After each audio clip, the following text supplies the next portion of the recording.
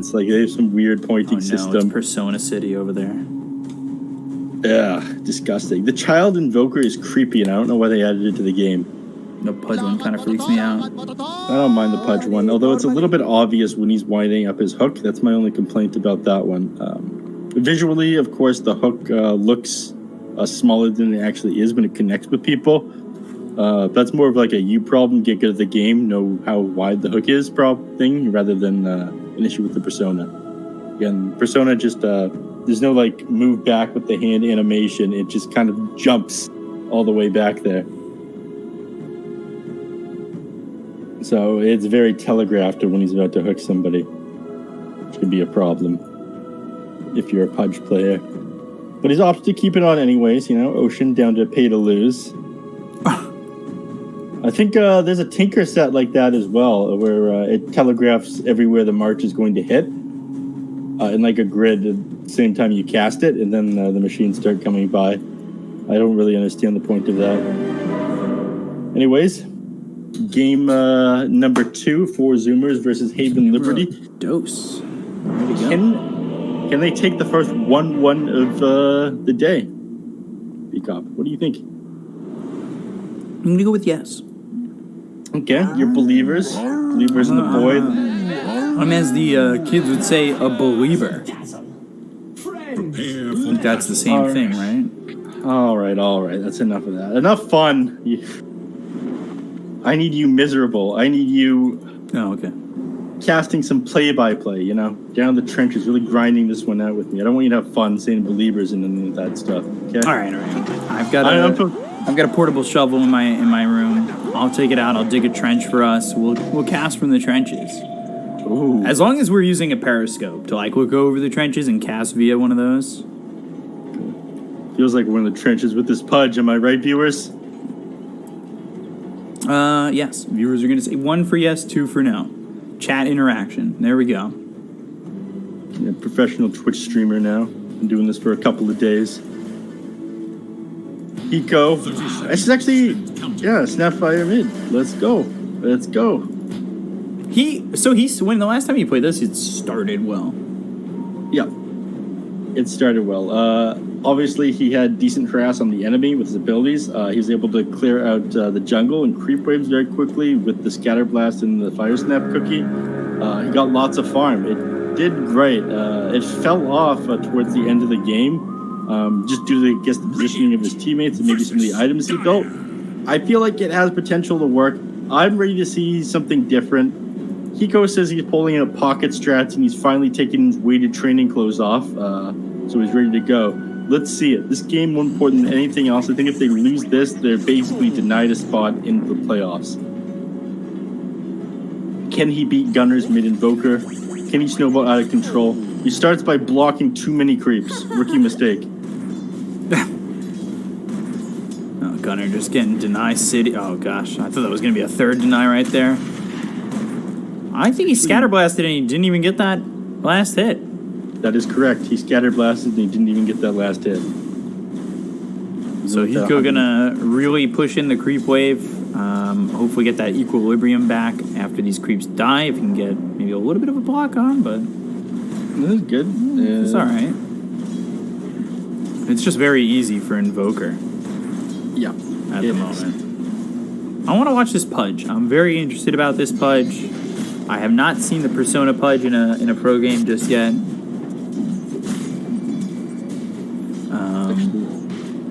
So I'm ready to see. Yeah, I wanted it to be a core. I'll tell you that much. Did I miss my map? For a little while, there was a popular build when Flesh Shape gave you extra HP regen. You'd run them with the Chen. You'd end up getting like 2 braces on the Pudge. You'd have the Chen passive. He'd build a headdress, and then you'd get 20 to 30 HP regen a second at like level 3 or 4. Yeah, it was wild. You couldn't really out harass it, and so you just had to kind of accept that Pudge was going to exist inside your lane and get CS, and also harass you out. Ocean trying to hook a creep over, make sure that pull doesn't happen. He just skilled that hook too, and he doesn't exactly have a lot of experience going his way. He's left Monkeys Forever by himself, who's about to hit that level 3 already. Duster level 2 bashes out on a Monkeys Forever. He's in some trouble. The right click's coming in. Fairy Fire eaten by this Beastmaster. Ocean will right click away and just make some space for the salve to be drank. It's a liquid, right? Salve. Ooh, hook. Hit Duster, but nothing more. Because it's a flask, right? It's a type of gamer juice, yeah.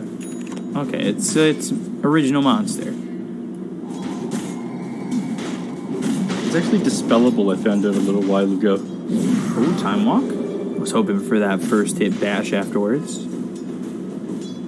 So I'm not sure if it's actually a drink, if you can dispel it. Oh, maybe a salve is more like a magic ointment. I don't want to think about the implications of that. Let's look over here on mid. Eco versus the Invoker. Eco doing a lot worse than he did the first time he played this mid snap. But unfortunately, he's behind Invoke with CS right now. 17-4 on the Invoker to the 14-2 on Snapfire. But as much as I want to look at this mid Snapfire and talk about it, there's not going to be a whole lot of action here either. Quad Switch Invoker just going to have too much sustain. Even though you have that huge DPS in form of Scatterblast in the Cookie, you're going to out-heal it with that Quas build on Invoker. The action's probably going to happen top. Yeah, I was just going to say, it looks like it should, right? Ocean's constantly looking to set up for that hook. And RDO, with the help of Duster, especially when he's got that overcharge, can make an aggressive move. Yeah. Six Fat back on this Bloodseeker. I want to see a lot more aggression out of him this game, if that's possible. It's tough, especially against this Sven. Again, he's somebody who's a lot better at standing his ground when he's ruptured. Tons of HP. And of course, he has tons of movement speed, so he's able to just kind of walk out of the blood rights. 370 on himself with the boots of speed, so anytime he pops it, just walk right through it, turn around and walk back, depending on how far into it you are. Not a lot happening there. Yeah, there he goes. You see it again. Just bound to happen. Field for keeping the Bloodseeker solo at times, to the point where he's level 4. Somewhere, someone lays blame. Really? So is Husky. An interesting Blood Right. Stormhammer. Chilling Touch is in a Cold Feet. They'll get far enough away from it. Now they've got the Battery Assault. Sexy Fat has the Blood Right. Might be able to get the damage out onto the Ancient Apparition for first blood. They do. Theocor will freeze over. They've got the Silence on a Sammy Boy, but afterwards has a Stormhammer to throw and get the kill on to the Clockwork. Turns around there. You see a 1-for-1. First blood going the way of Haven Liberty, of course. I'd say that was worth it for Zoomers, because again, you're not really slowing down the Sven's farm. He got the last hit on Theolacor there. Things speeding up for him. The quicker he can get like these power treads, phase boots, he's got this game, and then Mask of Madness, the better off. Is mid, and Mortimer's Kisses was used. They've got the EMP down. Theolacor with the Battery Assault goes after Ocean. They'll get the kill. RDO, meanwhile, loses his boots as the courier up top gets killed by Structures are fortified. by Beastmaster. Oh, that'll set you back. Not a good one, unfortunately, for him. So he's probably going to have to sit in the lanes to go to the jungle if he's got no boots, because again, that much lower attack speed, agility, and you move from camp to camp slower. Otherwise, like, you're happy around the 7-minute mark. You hop in, you get that neutral item, you let Wisp get some solo XP, the two of you will just hit better timings, but now without this boost, you're probably going to wait till 8. And another courier going down with these people. The core grabbing that one. See, this is what I like to see. Stick, no wand, stick. You paying attention to this, B-Cup? I'm paying attention. I'm all ears, all eyes. And 250 gold buys a Windlace instead. And because of that, we got this young courier sniper over here beating down these animals with his wrench. This is the kind of gameplay you want to see from your position 4 support. And to the point where Ocean's now rotated to maybe try and shoo this bug away, this Clockwork.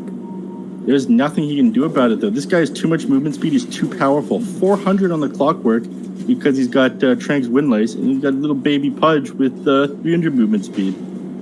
What's he going to do? Rot him down to die faster while he hits him with battery assault? Yes. Let's see how that one works out for him. Probably not well. Beta male Pudge Stitches player versus the Chad Theo LaCour Clockwork. I mean, you definitely got to be a Chad to wear all that armor and still walk that fast, right? Yeah. Battery Assault, Cogs, Mortimer's Kisses, Husky in trouble. So is Theo LaCour. And Mortimer's Kisses will do a bit of damage on a gunner. They do trade those kills. Hiko gets credit and then will TP back to mid. We've got Rupture to work with now. And you were talking about how Sven likes to stand his ground. That's the combo that I'm thinking about. Rupture, Mortimer's Kisses. If he's going to stand his ground, then see you later. Yep. Top lane. Mid lane, actually. Tornado as well as the hook. Hiko, Scatter Blast, Ocean in trouble. EMP is there. Cold Feet does the damage to get the kill. Now they've got the Rupture on a gunner. Blood right down. He'll avoid it, but he's so low, he'll end up dead regardless. Yep. No Ghost walking out of that. Already below 25% HP, so they would have had True Sight onto him there. So there is just no escape. Top lane Monkeys Forever is trying to take advantage of the fact that they just did that push down this tower. He's got the 2 points in the inner beast, 4 into the boar. So whacks away this tower. I'm actually surprised that Sammy Boy's not in there assisting. There we go. Pops the God Strength. Cleaves down the creep wave. They'll probably move onto this tower pretty quickly here too. Dire should look to their top And then the game is paused. All right. What do we got going on? I'll open up the big board of items. Ooh, quick monster energy pause. Yeah.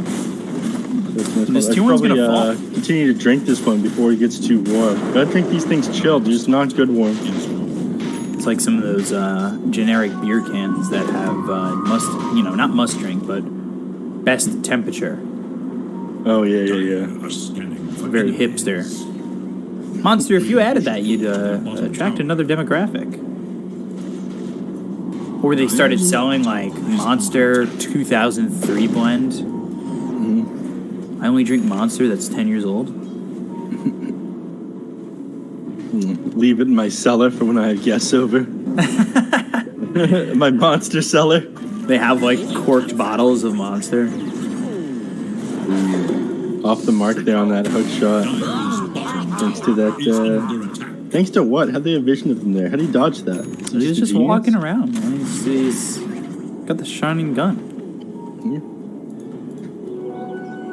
Can read his movements before they come out. The copy player, Theo LaCour. Hiko, by the way, going boots travel into the Ags. I would love for him to just go Ags first. I know that's not going to happen, but you got 2,000 gold for that recipe. Go Ags, and then just spit the Void on top of these fights. Radiant's bottom tower is under attack. Spin him up for the Chronosphere. Theo LaCour on the run gets Cogs. Monkeys Forever looking for the Primal Roar. Eventually it comes, but he's got nowhere to run, so gets pushed back by the Cogs. Cold Snap stops the Mortimer's Kisses. Hook misses again on the Theo LaCour. These boars trying to do enough damage to kill off the Clockwork, but with some help from Sexy Fat Hiko, he'll survive for now. But the Tornado EMP from Gunner lands, and he's still dead. Just barely managed to catch him dead at that EMP. Very sad when you die to EMP. It's like, why didn't you use more mana, nerd? The radiant You know? path is now active. Or maybe, why'd you have so much mana? I feel like maybe you didn't have this magic wand, you had the stick instead. You know, he doesn't have the damage to kill you. Radiant's bottom tower is under attack. Bottom lane, RDO. He just snagged his tower along with said catapult, and he does get the last hit on it. Nice. Hiko, Mid. hook, nice with the Tornado. Now the Rupture comes in. Hiko survives for now. They've got the Silence on it too. Here comes the Void. Can Hiko stay alive? No, he falls. Gunner and Monkeys Forever are already dead. They'll take a third in Ocean. RDO makes the rotation. Doesn't need to use the Chronosphere for that fight. And right back towards bottom. So that feels great. 4 for 2, in total there. It sucks to lose Hiko, who's doing so well this game, but of course anything to secure a little bit better game for RDO. So, RDO's starting to come online. He's got his Mask of Madness, and he's actually opting to go Echo Saber next. He wants a quick Silver Edge. Is that really the play? Am I crazy? I don't think that's the play. You know, he's got Distant Assange queued up. Okay. What are you playing at? Echo Saber into Assange.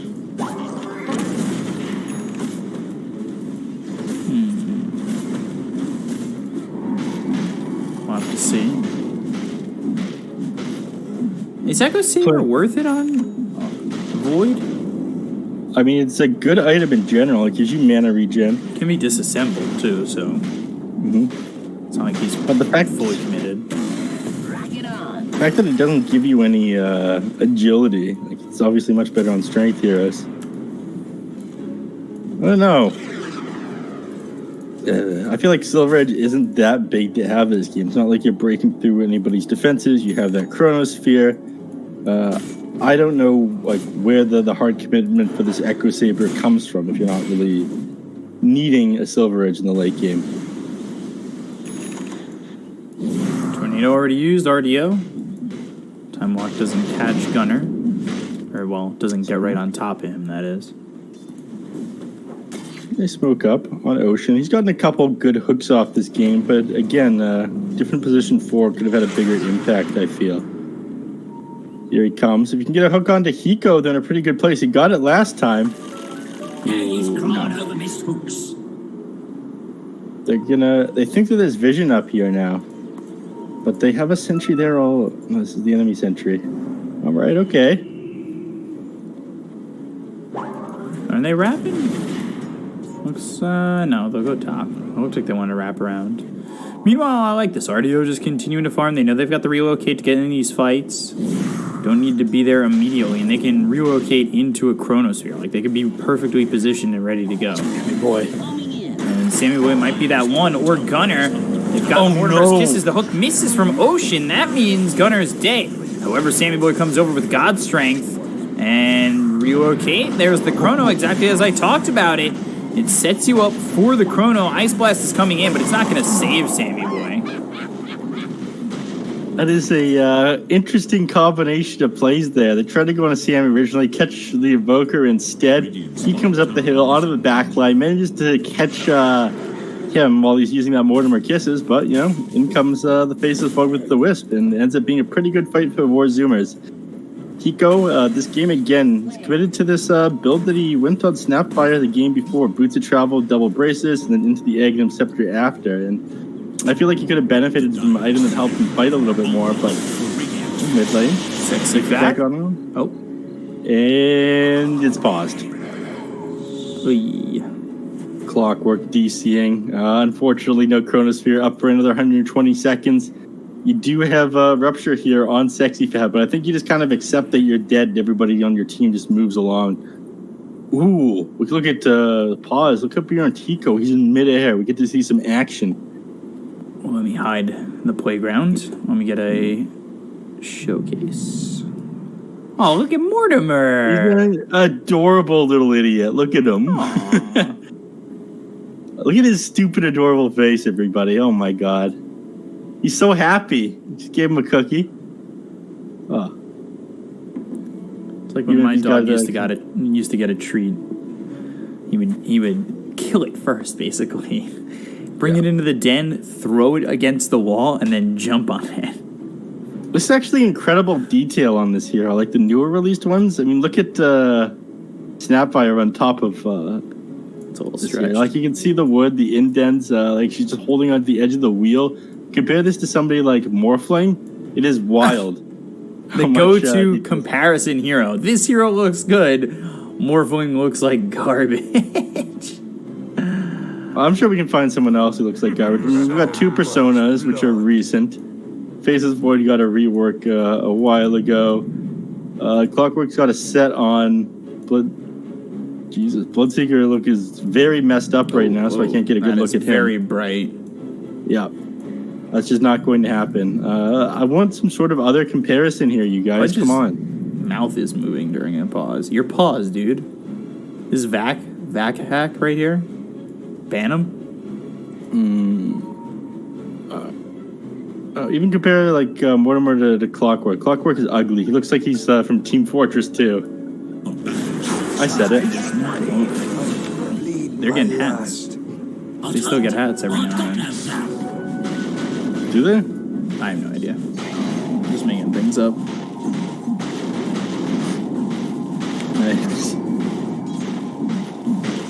RDO continuing to farm, but we talked about, will the Sven farm enough even without the Wisp? And it seems to be that way as the Dismember on a Duster with the hook. It lands, they get the kill on the Wisp. RDO losing that companion. Tornado EMP. Time walk away, just too slow. The windup on it is pretty long. Got the deny on the tower, though. A nice timing there with the Tornado EMP. This is somebody who has done this a million times before. Oh, no. He's still got the Tango. He cuts down their tree. Doesn't loot the mango, though. Rookie move. No snack for later. Gunner, eventually, at some point in this game, is going to be hungry and wish he had picked up that one mango that was still on the floor there. Almost has the Ags on Snapfire. Cold Snap, hook, in the EMP and Rot. Another kill here on a Sexy Fat. You die as you lived, insipid and ignorant. He goes down. And still smoked up here on Husky, looking for a little bit more. Just trying to get some wards up where they don't have vision. Is under attack. Making sure they don't have vision of them. Very far on the other side of the map right now on RDO. This faceless void. It's, even though there's been a couple of kills in this game, it feels a lot slower pace than the other games today. Whereabouts. I wonder if they're waiting. Ooh, Ice Blast? He goes in a bit of a bad spot. Hook shot misses. Now Sammy Boy goes into the God Strength. Stormhammer, Chrono. But Hiko still freezes over, so even with the Chrono, well, Hiko can't get Mortimer's kisses off. They look over as Ocean has the Dismember on a Sexy Fat. They get the kill on a Duster. They look over at Hiko. They've got themselves a second. Gunner goes invis, but he shouldn't be invis anymore with Sexy Fat alive. They find RDO, though, and they get the third kill. This is a very bad fight right now for Haven Liberty. And their positioning just wasn't good at the start of that fight. You want to be able to get that combo with Snapfire and Faceless Void, or even Bloodseeker and Snapfire. The Mortimer Kisses need to rain down the enemies, but, stuck, you're still frozen, you can't do it. That's one of the major issues I have with Hiko's build here on this mid-Snapfire. You have the boot to travel, great, you're able to get around. You have these braces for a little bit of bulk and damage and regen. But the enemies go so unpunished for going on top of you. You can't move yourself away. You don't have a Heaven's Halberd to disarm them. I feel like it just needs to be refined a little bit. The boots of travel are okay for pushing the lanes and making sure you can be in position, but they get on top of you. You've got nothing, and suddenly they brought down your mid hero. Yeah, I don't really like the boots to travel early. Not that I think Ags is going to be like this big game changer, but I probably would appreciate more something other than Look to their top tower. boots to travel this early into the game. Well, I'm not convinced that the egg's going to be a major difference. I think it can pair with Theo Liqueur here pretty well, though. Still need another 1,050 gold top lane. Gunner on the run, but Ice Blast hook actually gets him out of the Ice Blast. They still have the Dismember. Sexy Fat just not having the game that he would like on this Bloodseeker. Both games, actually, he's been stymied pretty hard. Fortified their structures against attack. Radiant structures. Avoid tearing through this top tower in just a second. He had a God Strength Alacrity on him. It's going to be down in pretty short order. After they get that, they might move their way to the Dire Tier 2. Take this Shrine here, and then go for Roshan. They try to get Husky with the Mortimer Kisses. Oh, just getting him. Sharpshooter hug from Hiko. EMP, Cold Snap, and it looks like Theo Liqueur will die again. Ocean now 9 stacks of Flesh Heap.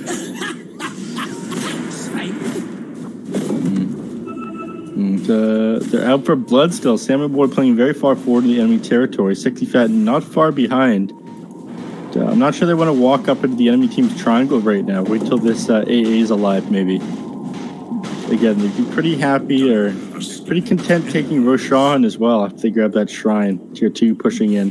For the twins. They might want to grab it first just so the enemies can't re-engage the fight after teleporting to that Tier 2. Bounty.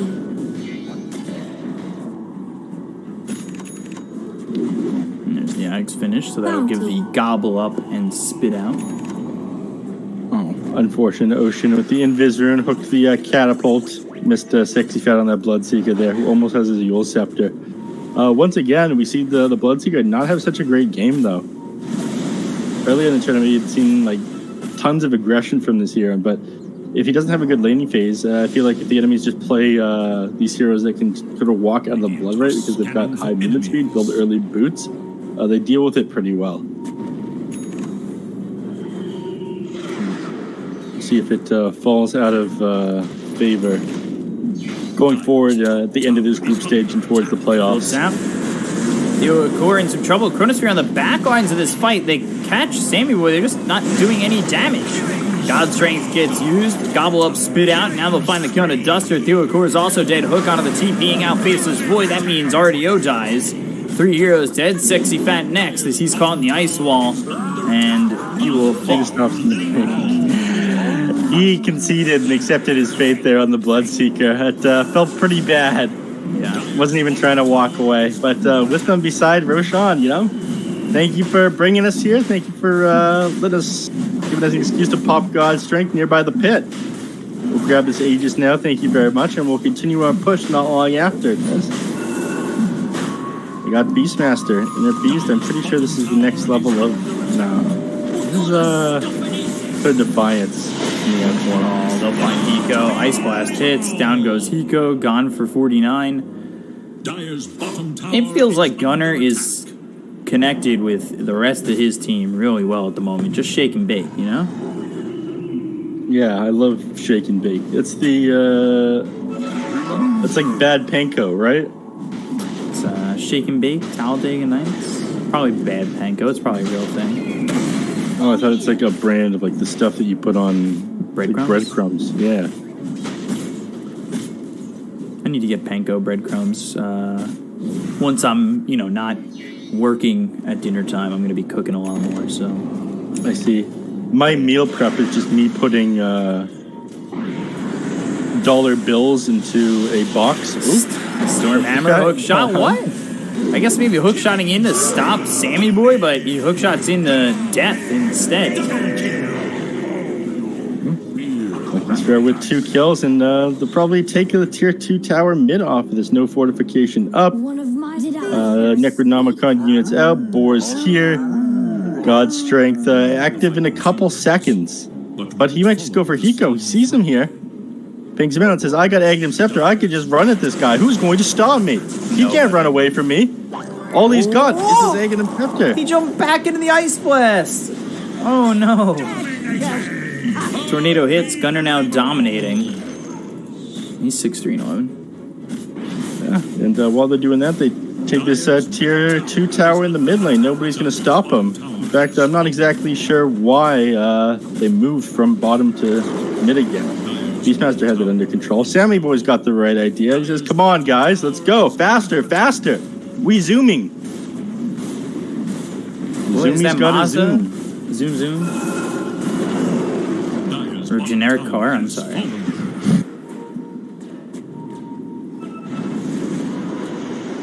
Tornado comes out, doesn't connect with anyone though. Make things too easy for Sammy Boy. The Fortify is up for the enemy team. They did take that tier 1 tower in the bottom lane. Refreshing that for them. They're looking to just finish this game. I mean, they could. Big fight, and they could just finish it. There's no tier 2 standing. Gobble up, spit out, and all of a sudden, they go for the hook shot out on a Gunner. He's in some trouble. He doesn't have an Aegis or anything. That's on Sammy Boy, but Gunner is able to escape. Use the Rupture on him up forever. They relocate back out of the fight, so now you no longer have the Faceless Void or the Wisp. It feels like you're just conceding these deaths. They're gonna try to fire Snap Cookie onto the high ground. Chrono on a 3, but no follow-up damage. I mean, Hiko can't do anything.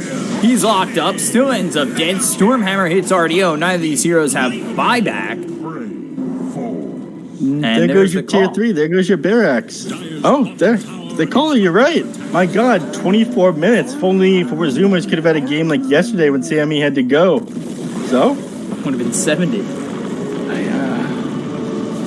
Haven Liberty, they lose this 0-2 for Zoomers, and they really need the series. I think this basically is the nail in the Haven Liberty coffin for this tournament here.